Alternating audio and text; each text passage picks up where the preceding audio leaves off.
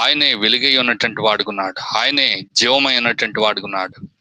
మరి ఇలాంటి దేవుని గూర్చి మనకి తెలియజేసే పుస్తకం ఏదేనంటే పరిశుద్ధ గ్రంథము.